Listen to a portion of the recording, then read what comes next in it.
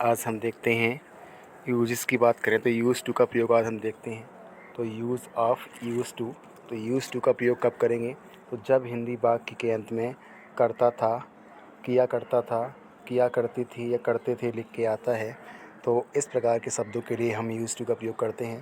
तो जब भी हिंदी वाक्य के अंत में करता था, करती थी, करते थे, किया करता था, इस तरह के शब्द आते हैं जिससे मालूम पड़ता है कि यह कोई घटना या कोई क्रिया भूतकाल में हुआ करती थी, भूतकाल की आदत है। तो इस प्रकार के वाक्यों में हमें यूज़ टू का प्रयोग करते हैं। तो इससे भूतकाल की आदत को बताते हैं, उसे दिखाते हैं। तो इसमें वाक्यों में जब भी बात आई करता था, करती थी, करते थे, तो उस सेंस में हमें यूज़ टू का प्रयोग करना होता है। इसमें अगर हम बात करें सब्जेक्ट की, तो सब्जेक्ट अरेंजमेंट अगर हम देखते हैं तो यहाँ पे सब्जेक्ट चाहे एक वचन हो चाहे बहुवचन हो, तो सभी सब्जेक्ट के साथ में यूज्ड टू का प्रयोग करते हैं। और जैसा कि क्रिया की बात करें तो इसमें क्रिया की जो फर्स्ट फॉर्म है उसका प्रयोग किया जाता है। तो जब भी करता था, करती थी, करते थे, इस तरह के शब्द हिंदी वाक्य में आते हैं जिससे कि भूतकाल की आदत को हम प्रकट करते हैं, तो वहाँ पे यूज़ टू का प्रयोग हम सभी सब्जेक्ट के साथ में कर देते हैं। तो एग्ज़ाम्पल देखते हैं यहाँ पे, अंग्रेज़ भारत में राज्य किया करते थे।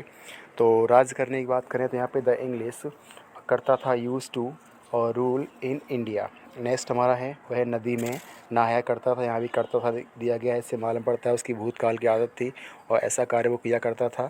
तो ही use to bath, BATHE, bath in the river. Next है बच्चे गली में खेला करते थे, तो the children use to play in the street. तो इस तरह से एग्ज़ाम्पल हो गया है। तो अगला देखते हैं, आप अमेरिका में रहा करते थे, तो you used to live in America. अगला है उमंग पतंग उड़ाया करता था, तो Umang used to fly the kite. तो जब भी करता था, करती थी, करते थे, इस तरह का सेंस आता है, तो हम सभी सब्जेक्ट के साथ में यहाँ पे यूज्ड टू का प्रयोग करते हैं। इससे भूतकाल की होने वाली आदत का हमें पता लगता है। Thank you.